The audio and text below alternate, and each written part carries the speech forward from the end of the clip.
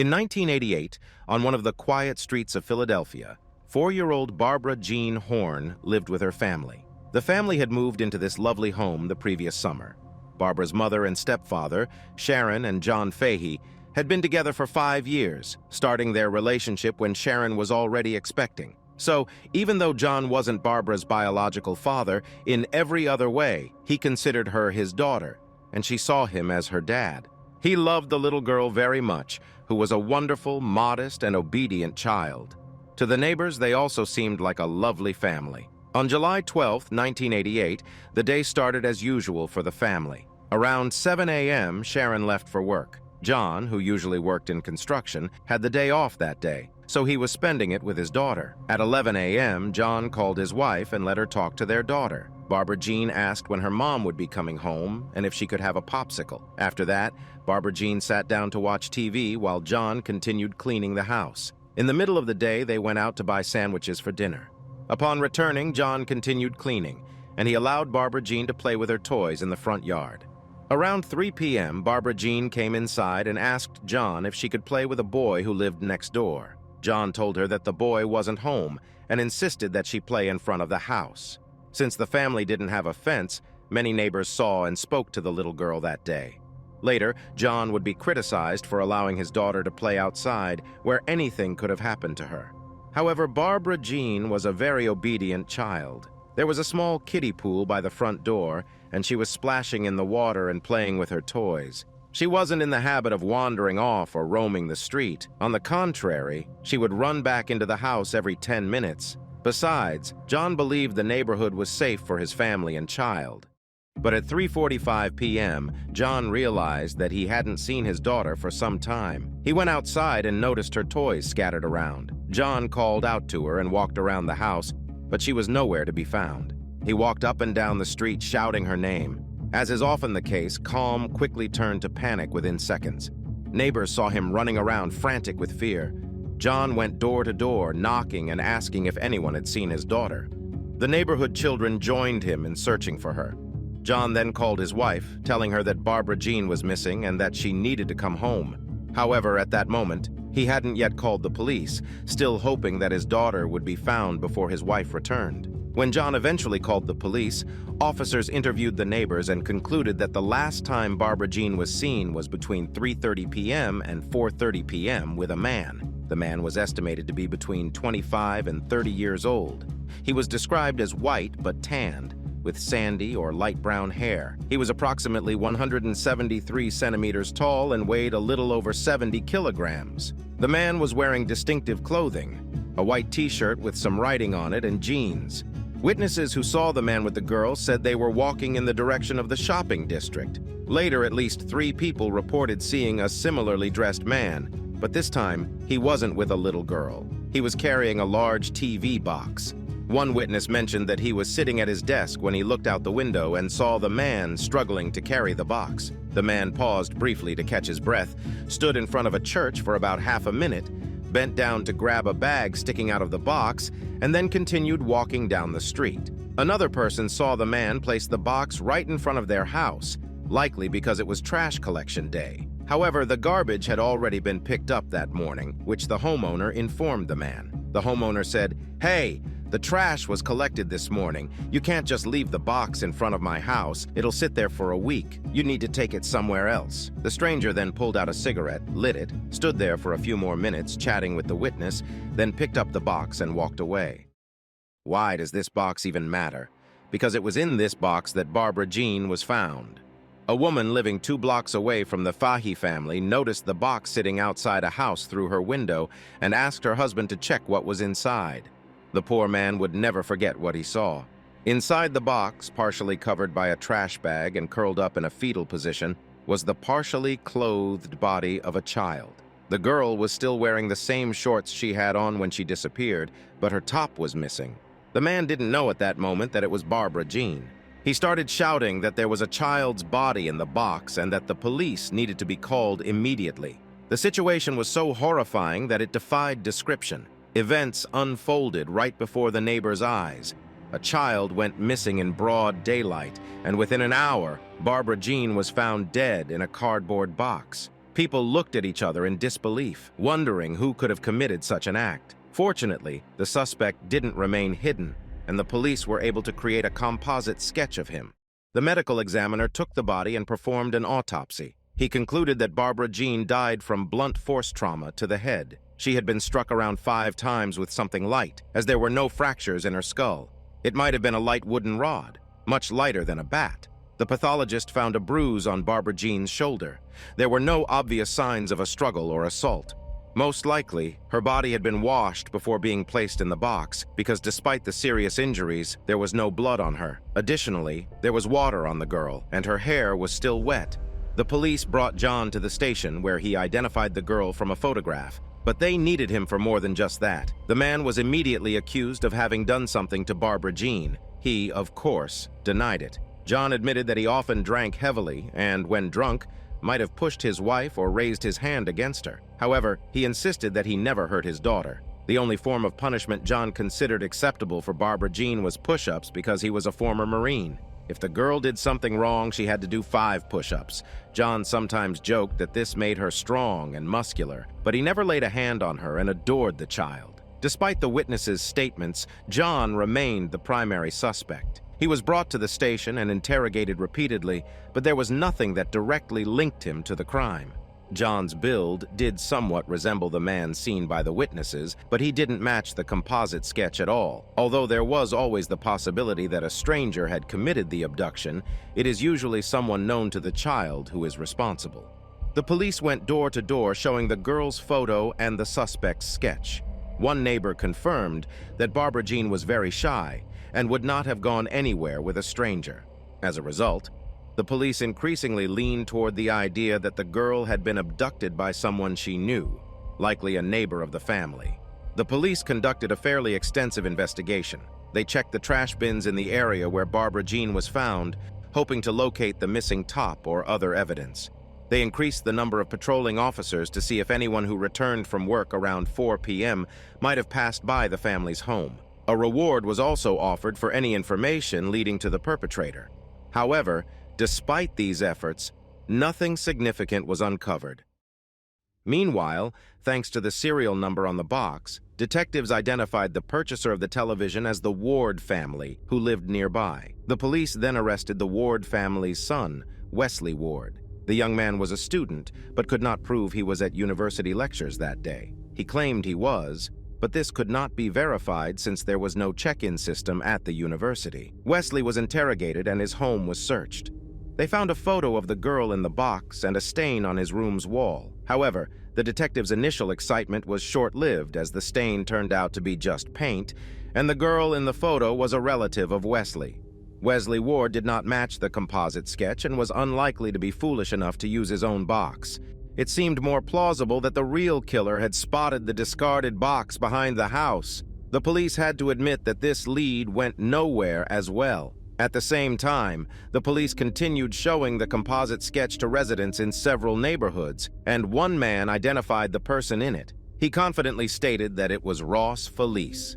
Ross and his brother lived not far from the girl's home with their mother. The brothers were regular guys, played basketball with other kids, and had no prior police records. However, someone who had seen the man with the box identified Ross. Moreover, on the first evening after Barbara Jean's murder, Ross had approached her neighbors discussing the incident and asked if the police had any suspects, whether anyone had been arrested, and what was happening. But as soon as the police started circulating the composite sketch, he never appeared there again. Many officers believed that Ross was the killer. Barbara Jean's father was determined to find the guy and, by his own words, beat him to death. Detectives wanted to arrest Ross, but the prosecutor refused, stating that the jury would not convict someone based solely on a composite sketch. Ross was placed under surveillance, and the detectives kept watch on him for about 6 months. Eventually, a grand jury reviewed the cases of both Wesley Ward, whose family had bought the television, and Ross Felice. A grand jury decides whether there is enough evidence to bring a case to trial or to dismiss it. They concluded that there was insufficient evidence to charge either of the men with the murder. Because detectives had spent so much time and effort on Ross Felice, valuable time for solving the case had been lost, and it fell by the wayside and was later forgotten. In 1992, the case was handed over to detectives Martin Devlin and Paul Worrell, who were known for their impressive solve rates, largely due to their ability to obtain confessions from suspects. Martin Devlin wasted no time and accused John Fahey of Barbara Jean's murder and Sharon of being aware of it and covering for her husband. This approach to the investigation enraged the couple. The murder of their daughter was once again being actively investigated, only for them to find themselves back under suspicion. The couple sought legal counsel and, in the absence of their attorney, refused to speak with the detectives. A few months later, Martin Devlin and Paul Worrell decided to speak with 27-year-old Walter Ogrod. At one time, he and his brother lived across the street from the Fahey family.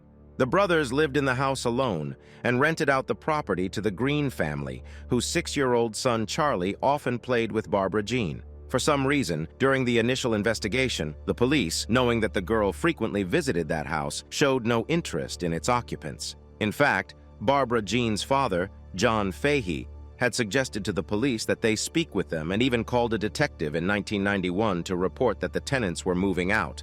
So if there were any clues to be found, it was now. But no action was taken on John's suggestion. Suddenly, in 1992, the detectives took an interest in the house. This was partly because Barbara Jean frequently went there to play, but also because the house had attracted many undesirable characters in 1988. Walter Ogrod had a difficult childhood. Other children teased him, and he was slightly developmentally delayed, attending a school for children with learning difficulties. His mother harshly punished him for any misstep, so at the age of 11 he moved to live with his father in the same house. Walter served in the army but was discharged due to his condition. According to Walter's acquaintances, he would likely be diagnosed with autism today. He had very few friends and no girlfriend. When Walter's father died, his younger brother, who lived with their mother, moved in with him, bringing with him endless and noisy parties. This is why neighbors disliked the house, as it attracted strange people. Additionally, the house had a tragic past. In 1986, a 16-year-old girl, the daughter of a local police detective, was murdered in the house's basement, having been in the wrong place at the wrong time. 4 men who wanted to kill Walter's younger brother seriously injured him, but the girl did not survive. The men who committed the crime were convicted. There was another reason the police were interested in Walter. There were rumors that his tenant had accused him of inappropriate behavior with his 6-year-old son Charlie just 2 months after Barbara Jean's murder. This was likely a misunderstanding caused by the high level of tension and suspicion among neighbors at the time. From one perspective, it seemed like a promising lead. On the other hand, everyone who knew Walter claimed that he was always polite, never had conflicts, was non-aggressive, had no police records unlike other members of his family, and was generally described as a gentle giant who loved walking his dog. Walter did not match the description or the sketch provided by witnesses. He was much taller and larger, and no one would mistake his imposing stature. Nevertheless, the detectives decided to speak with Walter. Detectives Devlin and Worrell asked him to contact them, supposedly to clarify some details. This is a common police tactic. To avoid alarming a suspect, they pretend that the person is merely a witness. Walter did not think to bring a lawyer with him to the station, despite a friend's strong recommendation to do so. Walter brushed off the advice, believing he had nothing to hide. Initially, he thought the detectives wanted to discuss the girl who was killed in the basement of his house, not Barbara Jean. So after working an 18-hour shift as a truck driver, he went to the station, confident the conversation would last no more than 30 minutes. How wrong he was. Detective Martin Devlin started by asking if Barbara Jean had come to visit Charlie that day. Walter confirmed she had, but he told her that the boy wasn't home. However, the detective latched onto this answer and began pressing Walter, claiming that when the girl came to his house, Walter did something to her. It had been 4 years. How could he remember anything about that day? Perhaps she had come on a different day, but to the detectives, that was irrelevant. Detectives are not allowed to interrogate someone for more than 6 hours, but Walter spent 18 hours at the station after a grueling shift. That meant he hadn't slept for over 30 hours. He was denied food, water, the chance to call his lawyer, and at one point was even handcuffed to prevent him from standing up and leaving. The interrogation was not recorded at the time, and the detectives took advantage of that. They convinced Walter that they had witnesses who confirmed he had killed the girl, claiming he had simply forgotten due to memory loss. They then threatened to put him in a cell and inform his fellow inmates that he had brutally killed the girl, who would then beat him to death. When such threats come from two police detectives, it's hard not to believe them. Finally, the detective said, "If you sign all these papers, we'll let you go and talk to your lawyer."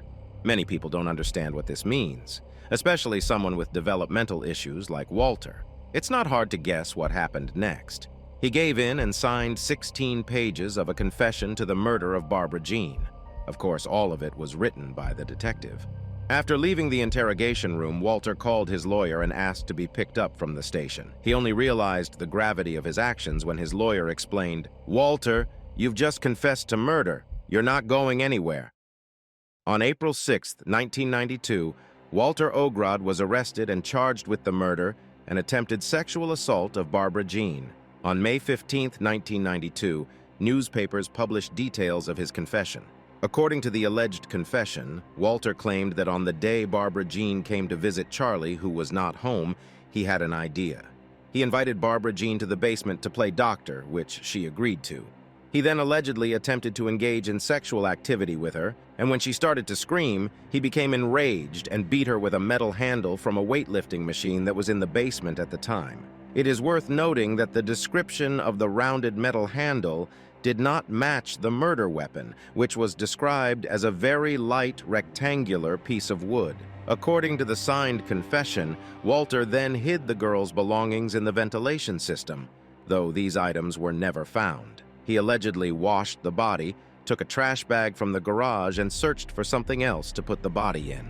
Outside, he found a television box, placed Barbara Jean inside it, and exited through a back exit in the basement. After disposing of the body, he reportedly threw away the mat and cleaned the basement. The trial began in October 1993. The defense naturally focused on the argument that Walter's confession had been coerced. Walter himself took the witness stand and declared that he had not committed the crime. The jury believed him, as it was evident that the confession was not written by him or even dictated by him, as the detectives had claimed. The jury deliberated for 9 hours and voted several times before reaching a final decision.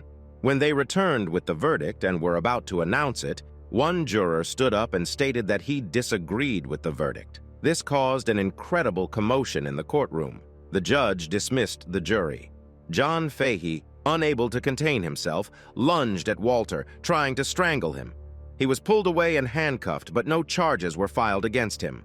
At that point, no one even knew what the jury was about to decide. It turned out that Walter Ogrod was moments away from freedom. The jury was close to declaring him not guilty. They saw clear gaps in the prosecution's case that made it difficult for them to believe in Walter's guilt. The retrial began 3 years later, and this time the prosecutors addressed the gaps in their case. They still had no physical evidence against the man, but this time they called an informant to the stand. 18 months before the second trial, 2 convicted criminals, John Hall and Jay Wolchansky, claimed to the police that Walter had confessed to them. It should be noted that John Hall was a frequent informant for the police, so much so that he earned the nickname Monsignor for supposedly hearing confessions from his cellmates. Because of this, his testimony was regarded with considerable skepticism. However, Jay Wolchansky was considered credible by the police, so he was allowed to testify in court. He claimed that Walter had confessed to him about the murder. He also said that he had heard Walter confessing to his mother, but she had already died and could not refute his statements. When asked why Walter would want to kill Barbara Jean, the informant said that Walter wanted to frame the girl's father so that Walter could comfort Sharon and gradually become her lover. John and Sharon found this explanation absurd, but at that point, they had no doubt about the defendant's guilt, so they did not dispute the informant's claims. By that time, Walter had spent years in prison.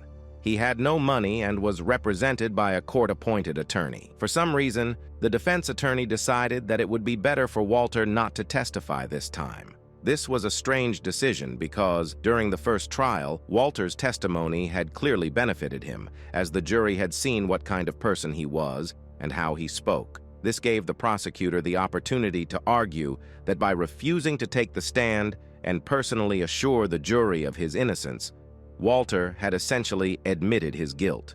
This was an improper tactic, and the prosecutors knew they were not allowed to use it in court, but it was exactly what the jury heard. Overall, the attorney did a poor job defending Walter. He failed to challenge the murder weapon, did not address the lack of evidence, the discrepancies with the composite sketch, and even neglected to mention that Walter did not smoke, although witnesses said the killer of Barbara Jean did. Moreover, witnesses had seen the abductor and the girl walking down the street, whereas according to Walter's signed confession, Barbara Jean had come to his home. The attorney also forgot that Walter's mother, when she was alive, had always maintained that her son was innocent, that the detectives had lied and coerced him during the interrogation, and that this was reflected in their correspondence. Instead, the attorney tried to show why another suspect was more likely to be the culprit. This was insufficient. As a result, after 8 years, Walter was convicted of murder and attempted aggravated sexual assault. The jury found him guilty and sentenced him to death. A man who was just one vote away from freedom was condemned to death. Years passed, and all of Walter's appeals were denied. His case attracted the attention of a prominent journalist who wrote about him and expressed doubts that an innocent person had been sentenced to death. This attention led to a new team of defenders who would assist Walter for many years. However, significant progress didn't begin until 2017, when a new district attorney allocated resources to review old controversial cases. They discovered that John Hall and Jay Wolchansky had both died in 2004. To their astonishment, before his death, John Hall decided to confess his sins. He revealed that Walter had never confessed anything to him. They hadn't even communicated in prison. Hall admitted that he had a habit of inserting himself into cases with little evidence and pretending that the inmate had confessed to him. His wife had helped with this work by buying newspapers with information about the case and conducting investigations. However, in Walter's case, she found nothing. Instead, she used her ingenuity and wrote Walter a letter posing as a stripper, asking him to confess to the murder. Walter, of course, didn't reveal anything to her either. Nevertheless, John Hall decided that the existing information was sufficient. However, Monsignor was too well known to testify again. Therefore, he persuaded Jay Wolchansky to testify in court. In exchange, both Jay Wolchansky and John Hall had their sentences reduced. Although the prosecutor lied in court, claiming that Jay Wolchansky received nothing for his testimony. Given that Jay Wolchansky's testimony was false, the only evidence against Walter remained his confession. However, more and more evidence of his innocence began to emerge. In 2004, a man who had been in Walter's basement after Barbara Jean's murder testified that there was no trace of cleaning, blood, or any indication that a murder had occurred. Furthermore, according to Walter's signed confession, he had removed the victim through the basement's back door. But although such a door did exist, it had been completely barricaded several years before, making it impossible for him to have passed through it. In 2008, Walter's new defense team demanded that all collected evidence be compared with Walter's samples. In 1988, the police were not as advanced in DNA testing as they were in 2008. However, the police still had samples from under Barbara Jean's nails, DNA from her body, and even fingerprints on the box. The prosecutor responded that many pieces of evidence had been lost or discarded as unnecessary. DNA might be irrelevant due to the state of forensic laboratories at the time. The DNA was found not directly on the victim's body, but during the autopsy when her body was being washed. It was possible that the DNA was on the autopsy table, not on the victim. This DNA belonged to an unknown man, not Walter. However, the defense could not use this information. The fingerprints on the box were compromised because police officers had handled it with their bare hands. The defense also discovered that the prosecution had not provided the defense attorney with most of the case materials. Additionally, they found that Barbara Jean had actually died from strangulation, not from head trauma as indicated in Walter's confession. It was likely she died because the perpetrator covered her mouth with his hand. The bruise on her shoulder turned out to be a hickey. Furthermore, according to the confession, Barbara Jean had come to Walter's home, but all witnesses had seen her walking down the street with a man. Collectively, this information led to a petition to overturn Walter's conviction. The new district attorney was prepared to declare him innocent, but the decision required a judge's ruling. Then COVID-19 struck. All hearings were postponed, and Walter's case was among them. For some reason, the release of an innocent person sentenced to death was not a priority. Walter fell ill and was isolated in his cell, forced to battle severe symptoms alone. He recalls that every breath was laborious, as if he was breathing through a wet sponge. By some miracle, he survived. Walter Ogrod was finally exonerated and released in 2020. An innocent man had spent 28 years, 1 month, and 29 days in prison, including 23 years and 7 months awaiting execution. His health had deteriorated, he walked with a severe limp, and he was unable to work. Naturally, he filed a lawsuit. Walter agreed to a settlement and received $9.1 million. $9 million for nearly 30 years of life and ruined health. As for another victim in this case, little Barbara Jean, her murder remains unsolved, despite the case being officially reopened. Walter's defenders, having conducted their own investigation, point to at least 2 other suspects. For instance, around the same time that Barbara Jean was murdered, 10-year-old Heather Coffin was raped and killed about 1.5 miles from Barbara Jean's home. The suspect was 22-year-old Raymond Sheehan. A witness in Barbara Jean's case had picked him out from a lineup as someone who likely carried a TV box. However, there was no evidence linking him to either case. Only 15 years later, in 2003, when Walter's death sentence was confirmed, DNA from Heather's body linked Raymond to her murder. He was arrested and sentenced to life imprisonment. Given the striking similarities between the cases and their close proximity, it would have been logical to compare his DNA with the sample found on Barbara Jean. But this was never done. As one of the other potential suspects has already died, it will become increasingly difficult with each passing year to bring the true killer to justice if they are ever identified. It's possible that Barbara Jean's murder never had a chance of being solved. There are cases where, despite sincere efforts by the police, the killer remains at large. But once detectives Devlin and Worrell took over the investigation, they destroyed and nullified all the work done by their colleagues, turning the investigation into a farce. The detectives had a theory about what happened even before speaking with Walter. They used this information to feed him a story and walked out of the interrogation room with a dramatic effect. Of course, Walter's case was not the only one in which the detectives had a hand. Martin Devlin was also accused of obtaining a false confession against Anthony Wright in 1991, who allegedly raped and murdered a 77-year-old woman. Anthony Wright was exonerated in 2016. Another person, Willie Vesey, who spent 27 years in prison due to the same detectives, was convicted in 1993 and automatically sentenced to life for second-degree murder. Willie was released in 2019. Thanks to a new district attorney who took on the task of reviewing old cases, several prisoners, including Walter Ogrod, walked out of the courtroom as innocent as they had entered it.